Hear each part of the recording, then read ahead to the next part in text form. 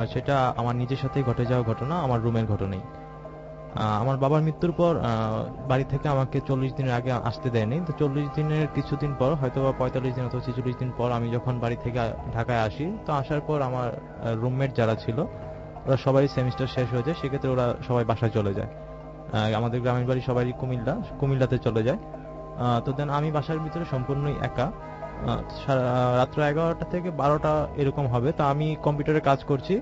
কাজ করা অবস্থায় আমি একটা সাউন্ড শুনতে পাচ্ছি যে কোনো কিছু, একটা হাতুড়ে দিয়ে কোনো ওয়ালে যদি প্যারেক বসায়, যেক্ষেত্রে এরকম যে একটা আওয়াজ হয়, শিলপাটার আওয়াজ না অ্যাকচুয়ালি, এটা হাতুড়া দিয়ে প্যারেক বসালে যেরকম আওয়াজ হয় সেরকম আওয়াজ হচ্ছে একটা। আমি ভাবলাম যে হয়তো বা পাশের বাসায় আন্টি অথবা আমাদের পাশে যে ফ্ল্যাট আছে ওনারা মনে হয় কোনো কিছু বসে। তো আমি আসলে আওয়াজটা শুনতে শুনতে এক পর্যায়ে মারাত্মক মানে একটা ফেরা হয়ে গেছে যে আসলে এত রাত্রেবেলা কে এরকম করতেছে। তা আমি আওয়াজটা শুনতেছি যে আমাদের যে ডাইনিং স্পেসটা ছিল ওই স্পেসের ভিতর আওয়াজটা হচ্ছে। তা আমি উঠে গিয়ে দেখলাম যে আসলে না, আওয়াজটা সেখানে হচ্ছে না। তো আমি যখন ডাইনিং স্পেসে গেলাম, গিয়ে দেখি যে আওয়াজটা হচ্ছে আমার রুমের দিকে। তো আমি আবার আমার রুমের দিকে আসলাম। এসে আমি নোটিস করতে মানে চেষ্টা করছি যে আসলে আওয়াজটা কোন দিকে হচ্ছে। তো দেখি যে না, আবার ডাইনিং স্পেসের দিকে আওয়াজটা হচ্ছে।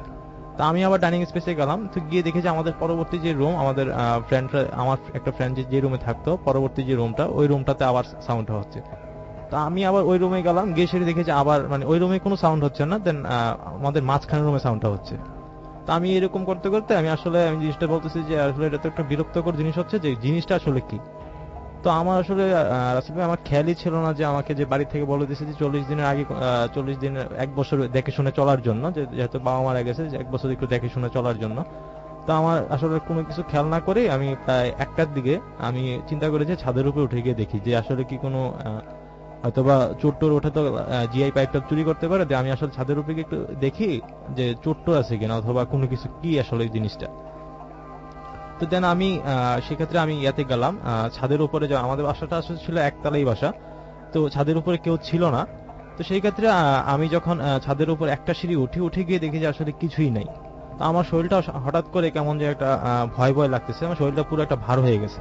তবু আমি সাহস করে ছাদের উপরে উঠে গিয়ে একবার চেক করে ভাবলাম যে মনে হয় আমার সাউন্ড পেয়ে হয়তো বা যদি চোট টোট থেকে থাকে, তাহলে আমাদের একটা টাঙ্কি আছে, প্লাস্টিকের যে টাঙ্কিগুলা, এই টাঙ্কিগুলোর পিছনে কি চলে গেছে কিনা আমি আসলে দেখার জন্য ওটার পিছনের দিকে তাকাই। তো রাসেল ভাই, এটা আমি তখন এটার দিকে তাকাই, পিছনের দিকে, টাঙ্কিটার পিছনের দিকে তাকাই, তো দেখি যে মানে একটা কি বলবো, এটা আসলে না দেখলে বিশ্বাস করার মতো না, যে একটা সামনের রূপটা অনেকটাই সিংহের মতো, মানে চুল আছে, পিছনের দিকটা বেড়ালের মতো, এই টাইপের একটা জিনিস আমার দিকে তাড়া করে আসতেছে। মানে আসতেছে বলতে কি, আমি দেখছি যে অনেক জোরে আসতেছে, আসলে জিনিসটা এত জোরে আসতেছে না। আমি দৌড় দিয়ে যখন সিঁড়িটা নিচের দিকে নামতেছি, সিঁড়িটা পর্যন্ত ওই জিনিসটা আসছিল। তা আমি চিৎকার করে আমি নিচে যখন নামি, তখন আমার পাশের বাসা আন্টি উঠে যায়।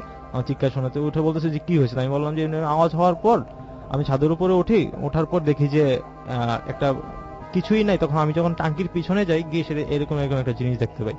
তো দেখার পর আমি আন্টিকে বলার পর আন্টি বলছে যে, আমি বললাম যে আপনি কোনো সাউন্ড পাননি? আন্টি বললো যে হ্যাঁ, আমি তো একটা সাউন্ড পেয়েছি, আমি তো ভাবছি মনে হয় তুমি কোনো কিছু বসাইতেছো, সেজন্য আমি আর কিছু বলিনি। তো আমি ভাবলাম যে প্রথম তো আন্টি আমি এরকমই ভাবছিলাম যে আপনারা মনে হয় কোনো কিছু করতেছেন। তো আমি অনেকক্ষণ এরকম দেখার পর আমি দেখি যে আপনাদের ঘরের লাইটও অফ।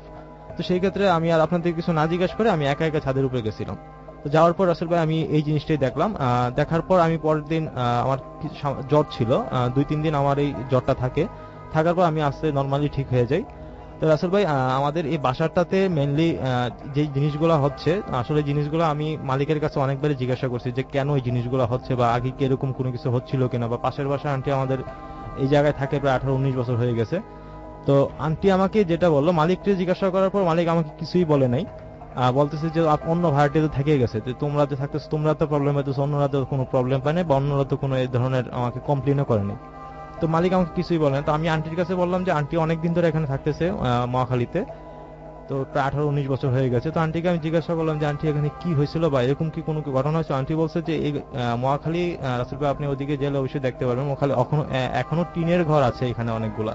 তো আন্টি বললো যে এখানে যখন টিনের ঘর ছিল, তখন একটা মহিলা, প্রেগনেন্ট একটা মহিলা আপনার ইয়েতে গিয়েছিল, বাথরুমে গেছিল।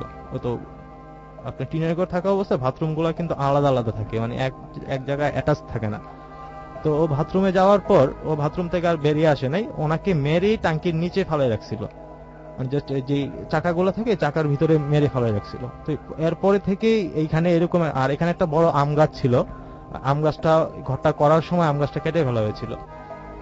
তো এই ছিল রাসেল ভাই এখানকার ঘটনা। আরেকটু ঘটনা আছে যে আমাদের যে রুমটাতে বেশি এই ঘটনাটা হয়, তা আমি একদিন এই জিনিসগুলো লক্ষ্য করলাম যে আমি একদিন ফোনে কথা বলতে বলতে আমি জানালার কাছে গেলাম, আমার রুমের জানালাতে। হঠাৎ করে দেখি যে জানালার যে ফ্রেম থাকে, এই ফ্রেমের যেখানে জানালার পাটটা এসে আটকায়, যে ফ্রেমটা থাকে স্টিলের, এই ফ্রেমটাতে দেখলাম যে একটা আরবি লেখা লিখে মানে একটা টাঙানো আছে ফ্রেমটাতে। তো আমি এই জিনিসটা দেখে আমি চিন্তা করলাম আসলে আমার রুমে তো আমি কিছুই দেখি নাই, বা আমার রুমে এতদিন ধরে থাকতেছি কোনো কিছু দেখিনি, শিপনের রুমে সবগুলো দেখতেছি। আমি হঠাৎ করে আমি চিন্তা করলাম যে আমি শিপনের রুমে যাই।